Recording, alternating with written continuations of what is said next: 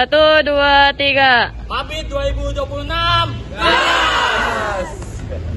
Kenal lagi ya, lo kayak identifikasikan lagi.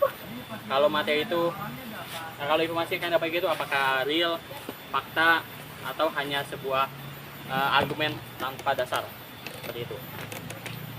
Oke, selanjutnya untuk settingan thinking sendiri memiliki sebuah komponen penting, yang dimana pertama ada klaim, yang dimana itu klaim itu sebuah landasan atau awal dari informasi yang kalian dapatkan, entah informasi dari apa, seperti itu. Ini bagian awal klaim ya. Selanjutnya masalah.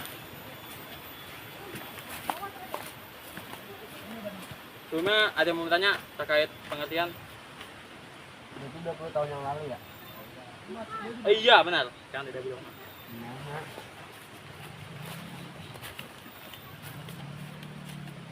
Boleh sebelah samping biar kelihatan.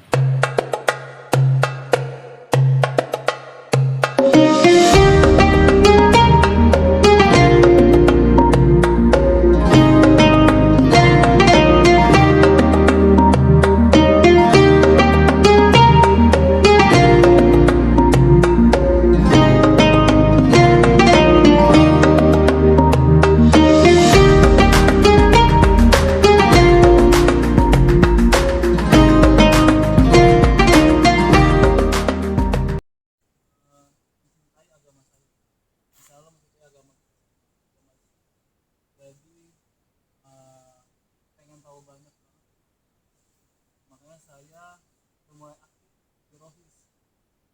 Terakhir saya di kampus itu kan ada himpunan mahasiswa muslim. Alhamdulillah di saya sebagai ketua pelaksana. Saya juga pernah di Rohis fakultasnya, saya pernah menjabat sebagai ketua umum. Terus juga di SMA sendiri saya di bidang psikologi. 2 tahun ini berarti sama-sama kayak Mas Yusuf gitu ya, dari kelas 10, kelas 11 ikut aktif di Rohis. Karena kenapa? Bagi saya teman itu nggak cuma di kelas, bagi saya teman itu semuanya. Apalagi kalau kita mencintai agama kita, ya kita masuk Rohis, masuk futsal dan kegiatan lainnya. Kan dulu saya nggak suka OSIS, karena kenapa? Terlalu banyak perempuannya. Itu saya suka Rohis karena banyak laki-lakinya. Kenapa banyak laki-lakinya? Saya mau bangun link, membangun relasi teman-teman laki-laki, yaitu untuk melampiaskan kita punya hobi laki-laki. Kalau sama perempuan kadang-kadang kita nggak nyambung gitu ya kalau zaman saya dulu, tapi kalau sekarang mungkin laki perempuan itu udah berbaur lah ya. Nah, itu terus saya ya positif seperti itu karena buat relasi.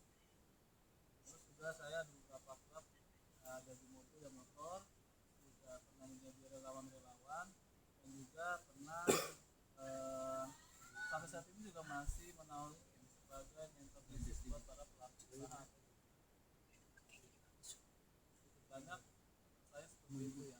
Nanti kalau teman-teman lihat-lihat saya ngomong keluar kota, ya jangan kan siapa ya, karena gimana pun berada perkumpulan ini adalah atas semua.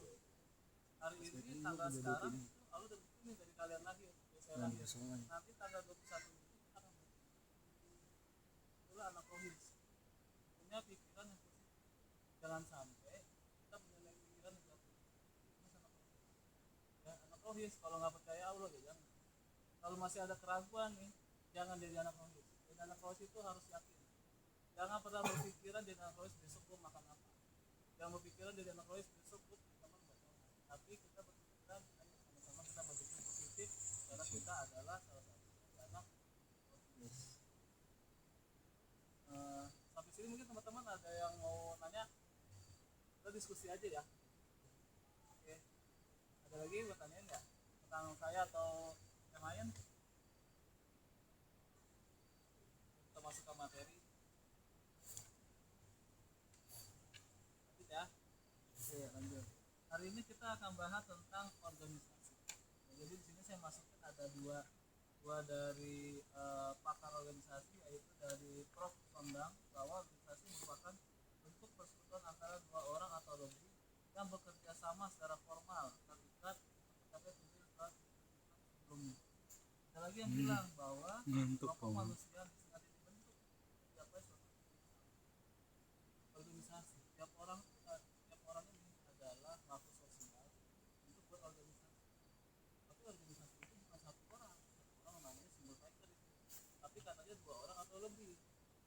Ada yang tahu contoh organisasi yang cuma 2 orang? Bisa jawab? 2 orang? Hah? Belum tahu? Ada, yaitu suami istri. Itu organisasi. Kenapa saya bilang organisasi? Karena mereka memiliki tugas dan tanggung jawab yang berbeda. Mereka mencapai tujuan yang sama. Teman-teman hari ini lebih dari 2 orang, ini sudah cukup untuk suatu bentuk organisasi. Teman-teman ketika mau menyampaikan aspirasi, menurunkan harga BBM, misalnya menurunkan pengen sekolah murah dan lain, itu kalian harus membentuk organisasi atau aliansi ataupun jenisnya.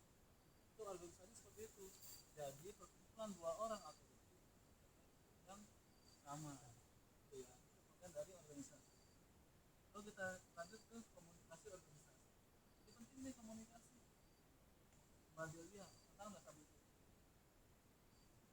Nah, Mbak Delia kenal nggak sama belakang? Baju hitam. Nah, itu pentingnya komunikasi. Jangan sampai kita antara teman-teman rohis nih, jangan sampai nggak ada yang kenal. Nah, Mas Yusuf kenal nggak sama Mas Pandu? Kenal ya? Ya kan itu artinya komunikasi yang sudah terjalin selama ini. Ya, ya komunikasi organisasi seperti itu. Di komunikasi organisasi biasanya kita sering namanya OAC, yaitu P-nya yang pertama planning. Jadi dalam membentuk suatu tujuan kita perlu yang namanya perencanaan. Ya, pagi-pagi jalan di sini kan pinggir sungai, kan nggak suara air pada langsung. Terus kamu jangan tuh tetap di sini ya. Tapi nggak ini jadinya. Kita tetap fokus ya. Ini untuk organisasi. Jadi untuk organisasi itu ya di mana setiap orang itu punya peran masing-masing. Organisasi itu banyak punya struktur. Jadi nggak semuanya jadi jagoan, nggak cuma 1 orang. Kalau semuanya jagoan, nanti strukturnya harus berarti organisasi. Jadi itu aja. Kalau ngomong teriak itu aja. Woi, gimana? Nah, mana tuh? Kalau hilang awas ya. Aku suruh kamu puteran 7 kali atas bawah. Nah, kita masuk ke pembahasan hidup, tumbuh dan udah tercemar. Nah, ibaratnya gini nih teman-teman. Sampai situ paham nggak tentang pengertian ekologi iman? Ada yang kurang paham? Kalau kurang paham, bilang aja. Ada yang mau nanya nggak sampai situ? Paham ya? Karena di sini kan ada nanti. Nah, ibaratnya gini nih teman-teman. Kalau lingkungan rusak, biasanya kan banjir, longsor, benar gak sih? Nah, tapi teman-teman, kalau lingkungan iman kita yang rusak, itu hati akan keras. Dari hati yang keras akan timbul yang itu yang namanya malas ibadah. Dari malas ibadah, kita akan gampang melakukan kemaksiatan, benar gak sih? Nah, karena hatinya keras, gak ada tuh definisi ekologi iman di dalam diri kita masing-masing. Nah, yang kedua adalah kenapa sih Kak iman kita sering naik turun? Pernah gak ada yang ngerasain kayak gitu? Pasti semua manusia kan ngerasain iman yang naik turun. Nah, berkurang, benar. Iman bisa bertambah, bisa berkurang. Nah, ada 3 nih teman-teman yang bisa berkurangnya iman atau menambahkan iman. Yang pertama, polusi dosa. Boleh dicatat teman-teman, polusi dosa, karena nanti ada pertanyaan di akhir. Polusi dosa, udah belum? Nah, polusi dosa ini dapat diartikan dosa-dosa kecil teman-teman. Dosa kecil yang ditumpuk, nih dosa kecil nih, tapi kalian tumpuk sehingga dosa itu menjadi melebar, sehingga dosa itu menjadi bertambah, sehingga dosa itu jadi kayak numpuk di dalam mana? Balik lagi ke dalam hati kita, benar. Contohnya apa Kak? Ada yang tahu Kak? Dosa kecil, sholat. Padahal teman-teman, sholat itu hanya hitungan menit, benar gak sih? Kita hidup 24 jam, benar gak sih? 24 jam, subuh cuma berapa menit? 5 menit. Zuhur berapa menit? 5 menit. Asar berapa menit? 5 menit. Isya, maghrib 5 menit. Kalau dikalkulasikan dulu, benar gak? Nyatanya kita sering lalai, karena itu adalah salah satu dosa kecil yang tumpuk sehingga itu akan mengeras di hati kita. Oh yaudah deh, kerja sholat itu sebagai istirahat aku. Kenapa aku bisa bilang istirahat aku? Kalau aku nggak sholat, aku nggak akan ada waktu istirahat untuk hanya duduk gitu. Misalnya nih, zuhur di jam berapa misalnya, istirahat aku di jam 2. Zuhur kan sebelum jam 2, benar gak sih? Zuhur misalnya dari jam berapa? Jam 12, ya kan? Misalnya dari jam 12. Nah, jam 12 itu aku udah mulai istirahat. Di saat teman-teman aku masih kerja, di saat teman-teman aku masih narik-narik barang, di saat teman-teman aku masih nawarin barang ke customer. Tapi kita seharusnya gunain sholat untuk waktu istirahat kita, benar gak sih? Lumayan, sholat cuma berapa menit sih? 5 menit. Nah itu tuh hal yang paling penting, hal yang sepele yang kadang sering kita sepelekan, benar gak sih? Nanti aja lagi kegiatan di alam, sholatnya susah, benar gak? Nyatanya itu bukan menjadi suatu penghalang untuk kita, benar gak? Karena kita udah dikasih kenikmatan nih sama Allah, sehingga kita bisa beda dari yang lain. Lingkungan yang toksik. Nah, kenapa bisa dikatakan lingkungan yang toksik? Ini contohnya yang pertama adalah teman yang suka ngajak bolos. Nah, yang kedua, konten medsos yang bikin jauh dari Allah. Contohnya apa? Konten medsos yang bikin, konten media sosial yang bikin jauh dari Allah. Apa tuh? Nah, sekarang kan ada tuh ya yang aplikasi apa tuh? AI ya? AI. Apa namanya? Iya, itu menurut aku adalah salah satu dampak yang sangat buruk. Kenapa? Kalau digunakan untuk hal-hal yang positif, itu bagus. Tapi kalau dilakukan untuk hal-hal negatif, karena aku sering banget nemuin cerita, Kak, teman aku pakai ini apa AI buat video porno, buat ini itu suatu hal yang nggak bagus. Lingkungan itu bisa dikatakan lingkungan yang toksik, lingkungan yang nggak bagus. Teman ngajakin bolos, ayo apa namanya, Mujer, kita ini ada pelajarannya Pak Ludi nih, GTK, males gua, ayo kita ke ruangan Roy saja. Terus sama Mujer diikutin. Nah sama aja, Mujer mendukung masuk ke dalam lingkungan yang lingkungan yang toksik. Nah hal seperti itu tidak diwajarkan teman-teman. Seharusnya gimana Kak? Seharusnya adalah, Mujer, ayo nih pelajaran Pak Ludi nih, BTK, gue gak mau nih, kita ke ruang Roy saja yuk. Jangan, orang pelajaran Pak Ludi kan Pak Ludi pembina kita sendiri, ngapain kita takut? Seharusnya hal seperti itu yang dilakukan sama Mujer, bukan kayak ayo jangan ke ruang Roy sih, nanti ketahuan sama nggak dipupuk. Maksudnya apa tuh Kak nggak dipupuk? Nah ada yang paham nggak?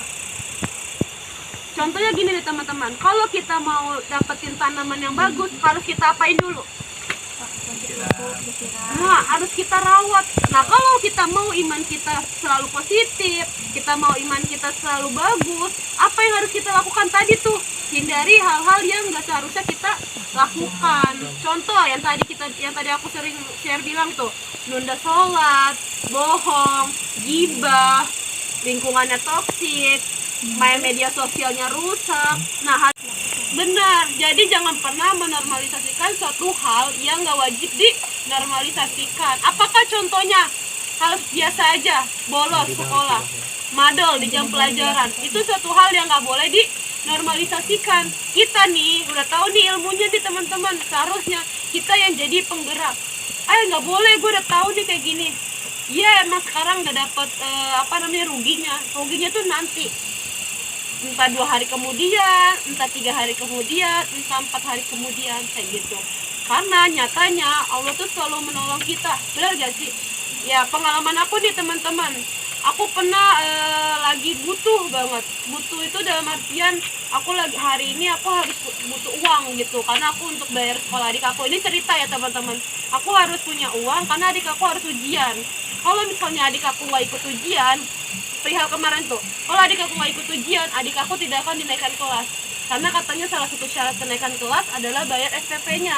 Nah nyatanya adik aku belum bayar SPP-nya, sedangkan aku nggak punya. Aku gitu, tanpa disadari tiba-tiba ada orang nih yang japri aku, sedangkan aku lupa, serius aku lupa dia siapa, pernah minjem di mana. Tapi nggak tahu ya, kuasa Allah itu bagus banget menurut aku, sampai dia WA ke aku, kok gue ini tahun segini gue pernah dibantu sama lo. Ternyata di usut demi usut dia adalah teman aku di teman sales aku di Tangerang.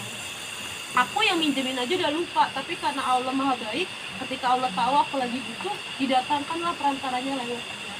seandai kata aku nggak lanjut sholat asar, mungkin aku lama-lamain karena kebetulan di hari itu job desk aku lagi banyak, mungkin aku nggak akan sholat asar, aku nggak akan dapat mungkin jawabannya, dan aku nggak bakalan bisa bayar sekolah adik aku, bener gak sih? Tapi nyatanya balik lagi, kalau kita percaya sama Allah, semuanya akan lancar aja, karena apa yang terbaik menurut kita itu belum tentu terbaik menurut, nah terbaik menurut Allah.